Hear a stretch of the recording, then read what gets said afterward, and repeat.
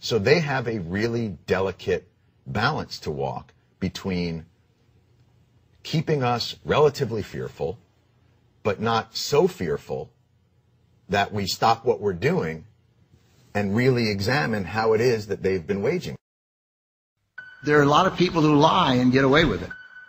And that we will in fact find weapons or evidence of weapons programs that are conclusive. I don't think we'll discover anything myself. It appears that there were not weapons of mass destruction there. You said you knew where they were. I did not. We know where they are. They're in the area around Tikrit and Baghdad and east, west, south, and north. Well, first of all, I haven't lied. There are a lot of people who lie and get away with it. Talking about lies and your allegation that there was bulletproof evidence of ties between Al-Qaeda and Iraq. Was that a lie? Intelligence gathered by this and other governments leaves no doubt that the Iraqi regime continues to possess and conceal some of the most lethal weapons ever devised. Our people are going to find out the truth, and the truth will say that this intelligence is good intelligence. There's no doubt in my mind. I don't know anybody that I can think of who has contended that the Iraqis had nuclear weapons. And we believe he has, in fact, reconstituted nuclear weapons. Saddam Hussein is determined to get his hands on a nuclear bomb. We cannot wait for the final proof. He's got him. He's got him. The smoking gun. He's got him. That could come in the form of a mushroom cloud. Colin Powell didn't lie. My colleagues, every statement I make today is backed up by sources, solid sources. These are not assertions. What we're giving you are facts and conclusions based on solid intelligence. He has not developed any significant capability with respect to weapons of mass destruction. He is unable to project conventional power against his neighbors. Our people are going to find out the truth. I have not suggested there's a connection between Iraq and 9/11. You have said in the past that it was, quote, pretty well confirmed. No, I never said that. Okay. I never think said that is... That's absolutely not. What I said was, it's been pretty well confirmed that he did go to Prague and he did meet with a senior official of the Iraqi intelligence service. Saddam Hussein aids and protects terrorists, including members of Al-Qaeda. Secretly and without fingerprints, he could provide one of his hidden weapons to terrorists or help them develop their own. What did Iraq have to do with what? The attack on the World Trade Center. Nothing. He said there were three main reasons for going to war in Iraq. Weapons of mass destruction. Saddam Hussein has gone to elaborate lengths, spent enormous sums, taken great risks to build and keep weapons of mass destruction. The claim that Iraq was sponsoring terrorists would have attacked us on 9/11. Before September the 11th, many in the world believed that Saddam Hussein could be contained. And that Iraq had purchased nuclear materials from Niger. The regime is seeking a nuclear bomb. All three of those turned out to be false. First, just if I might correct a misperception, I don't think we ever said, at least I know I didn't say, that there was a direct connection between September the 11th and Saddam Hussein. Who does the president think he's effing kidding? Of course, it was information that was mistaken. There are a lot of people who lie and get away with it. Those weapons of mass destruction got to be somewhere.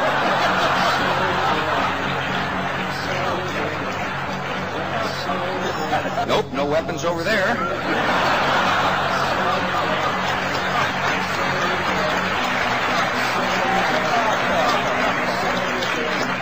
Maybe under here. When you have a precedent set like that, and you have somebody, George Tenet, acknowledging in his book that he knew that the administration was deceiving the American people into a situation that is murdering young men and women from this country and others, that George Tenet and Dick Cheney and Condoleezza Rice and George Bush et al. Should be in fucking jail.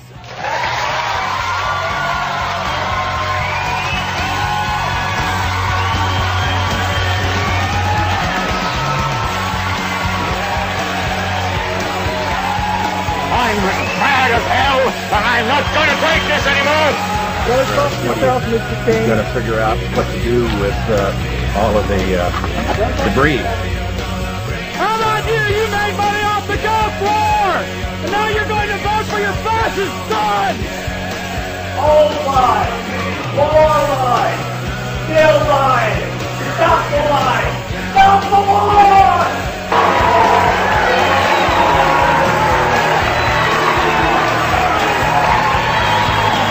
Andrew Todd Jr.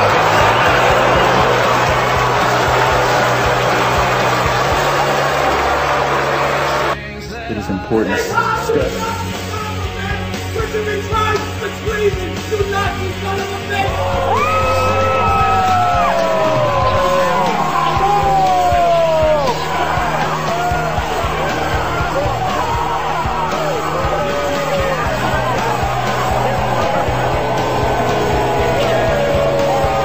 You, the people, have the power to make this life free and beautiful, to make this life a wonderful adventure.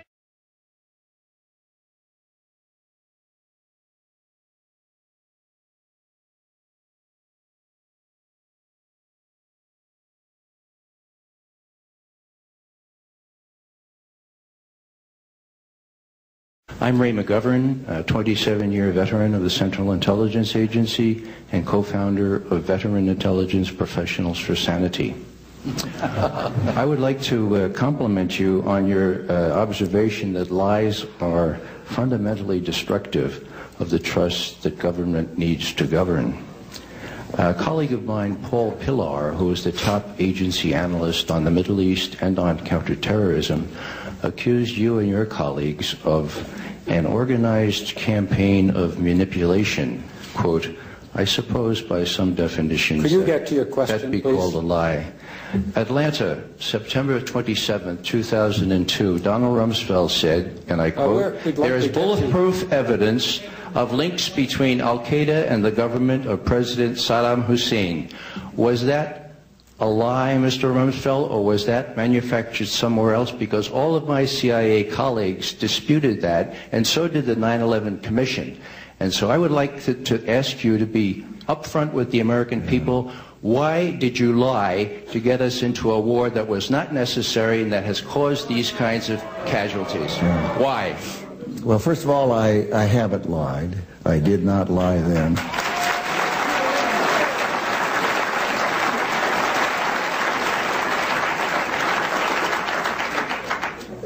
Colin Powell didn't lie. He spent weeks and weeks with the Central Intelligence Agency people and prepared a presentation that I know he believed was accurate. And he presented that to the United Nations. The President spent weeks and weeks with the Central Intelligence people.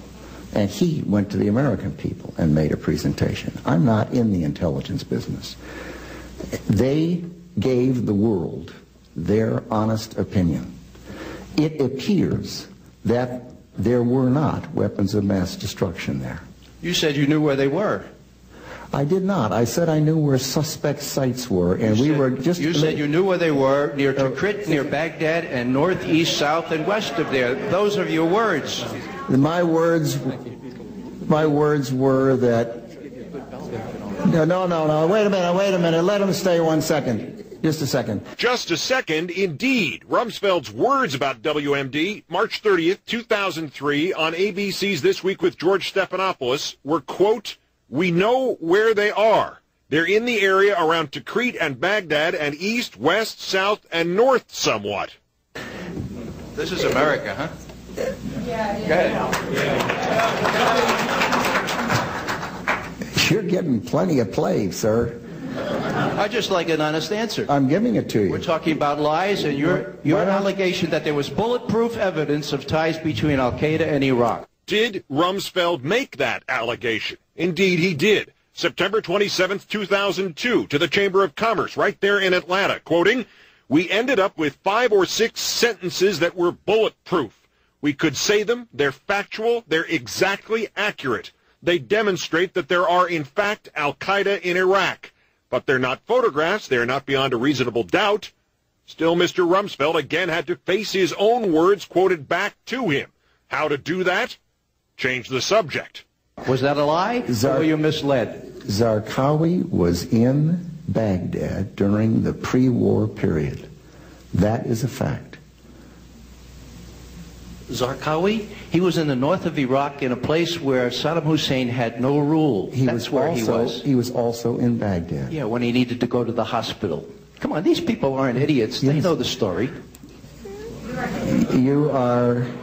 Let me give you an example. It's easy for you to make a charge, but why do you think that the men and women in uniform every day when they came out of